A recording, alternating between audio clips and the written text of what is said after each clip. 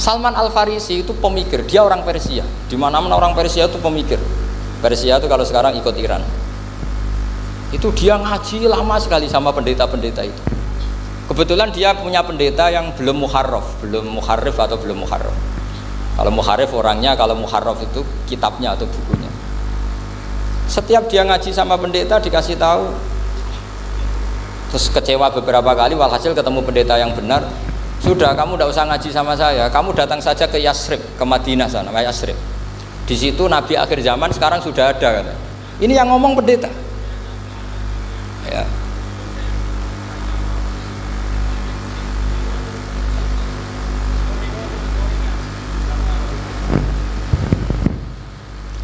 Ya, terus sandinya itu 3. Itu aneh semua sandi itu. Sandinya pertama, layak balus sodakoh. Lalu saya tahu kalau itu Nabi gimana. Pas itu posisi di Babylon. Babylon itu sekarang ikut Irak. Babylon itu ikut Irak. Dia orang Persia, kira-kira sekarang Iran. Terus dia kerja di Babylon, kalau sekarang ikut Irak. Makanya ada yang cerita Nabi Ibrahim itu orang Babylon, berarti orang mana? Irak. Kemudian pindah ke Syam, kemudian sempat hidup di mana?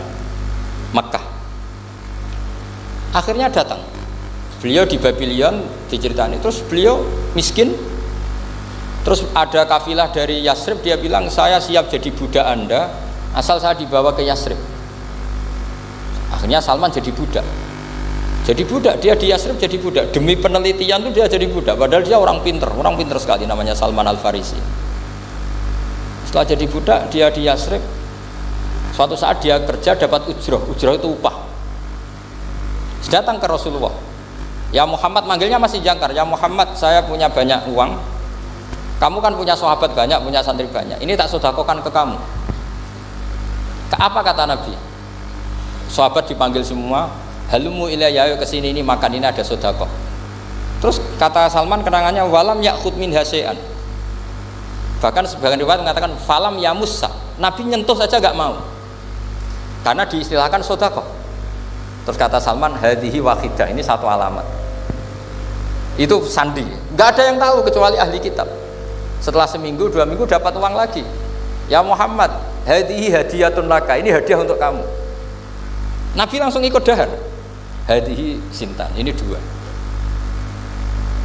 Kalau logika kita pakai pengamat, bedanya apa? Sedekah ya dapat, hadiah ya dapat. Kan nggak ada bedanya sama sekali. Ternyata itu sandi. Sandi wayak balus hadiah, tapi walayak balus sedekah. Nabi itu nerima hadiah tapi nggak nerima sedekah. Bagi orang kebanyakan kan bedanya apa? Sama-sama dapat. Kiai pakai duit 1 juta, mbok arani sedekah ya ditampa. Mbok kayak 50.000 darani hadiah ya ditampa. Sementing kan duit. Tapi kalau Nabi tidak bisa seperti itu. Kalau dikatakan sedekah nggak mau nerima, kalau hadiah akhirnya wah ini sudah ada 2 alamat. Jadi alamat tuh ya kadang aneh, masa sedekah sama hadiah dibedakan. Terus ketiga, wafi katifihil aisar khotamun nubuwah mislu baidotin nu'amah. Di katifil aisar, apa kalau orang sini bilang apa? Pundak yang kiri itu ada khotamun nubuwah, ada alamat bahwa beliau adalah nabi akhir zaman. Yaitu mislu baidotin nu'amah, kayak semacam telur manuk darah. Wah itu pusing. Waduh, caranya ngelihat gimana?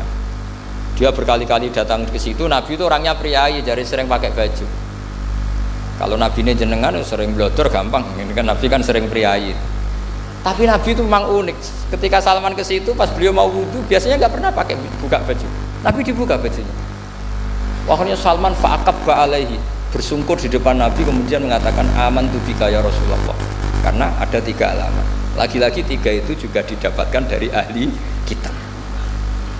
Makanya di awal-awal Islam itu ahli kitab itu luar biasa. Meskipun akhirnya di akhir-akhir masalah karena banyak oknum yang mentahrif itu. Jadi saya mohon ilmu-ilmu seperti nggak boleh hilang. Jangan mentang-mentang orang Yahudi Nasrani sekarang sudah muharraf kamu terus anti sama sekali. Tetap ada sisa-sisa samawi.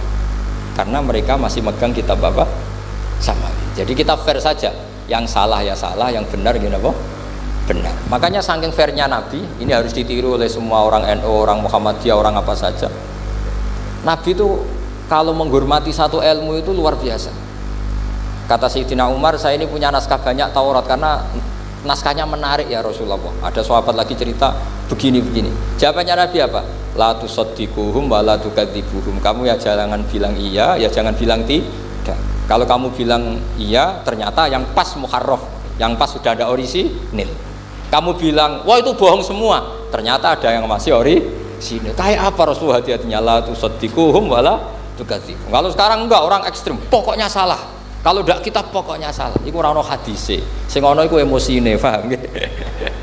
Jadi Nabi itu fair, kalau sesuatu enggak mesti ya la tusaddiquhum wala tukadzibuhum. Kamu ya jangan bilang iya, ya jangan bilang tidak. Wa qulu amanna billah wa ma unzila ilaina.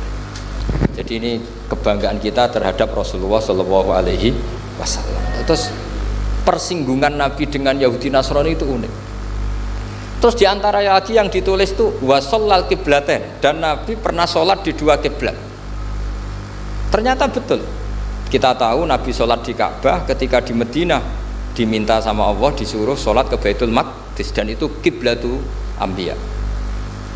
Akhirnya orang Yahudi banyak yang iman karena sesuai definisinya wa annahu sholla al kiblaten. Nah alamat-alamat seperti ini orang sudah, lah itu dibak berjanji. Itu fase betul menerangkan itu. Jadi saya bilang kalau Simtud Duror itu madainya isek luar biasa, brontonya Habib Ali. Sampai ketika beliau baca sholawat itu tidak kayak sampean. Sampean baca sholawat, sholawati sitok wis tanhalu bil uqadu wa tanfariju bil qurabu wa tuqdu bil hawa ijo. Sholawat sing kena go nyaur utang, go kabul kajate wonya gitu. Sholawatnya sekali permintaannya panjang sekali. Kalau Habib Ali enggak, makanya saya suka sama sholat beliau. Sholatan yattasilu biha ruhul musalli alaihi. Dengan sholawat ini rohnya yang membaca sholawat sambung sama rohnya Rasulullah SAW. Barokahnya sambung menjadi mencintai. Barokahnya mencintai wayuk tabu biha bi inayatillah fi hisbi. Barokahnya mencintai ditulis termasuk umatnya Rasulullah SAW. Nah sholawatnya sampean kan enggak seneng sengtan halu bil uqad, semua problem hilang. Watan fariju bil kurab, semua kesusahan hilang. Waktu bil hawa cek kabul kajate. Waktu nalu biro ghaib kasil sing seneng-seneng wis pokoknya sudah. Saya itu ya kadang iskalnya sholawati sitok jalukane cek akeh. Ya tapi itu tetap baik ya. Piro-piro tawasule mbek sholawat ra gunung kawi ngoten mawon nggih. Jadi tetap baik gitu. Tapi ya ndak kelasnya yang sholatan yatasilu biya ruhul musolli alaihi bi. Ini sudah sholawat sek. Pokoke butuhe sambung Kanjeng. Nah, sampean butuhe kabul jadi ya tidak apa-apa lah. Piro-piro tawasul mbek sholawat ora mbek gunung kawi. Ngoten mawon. Assalamualaikum warahmatullahi wabarakatuh.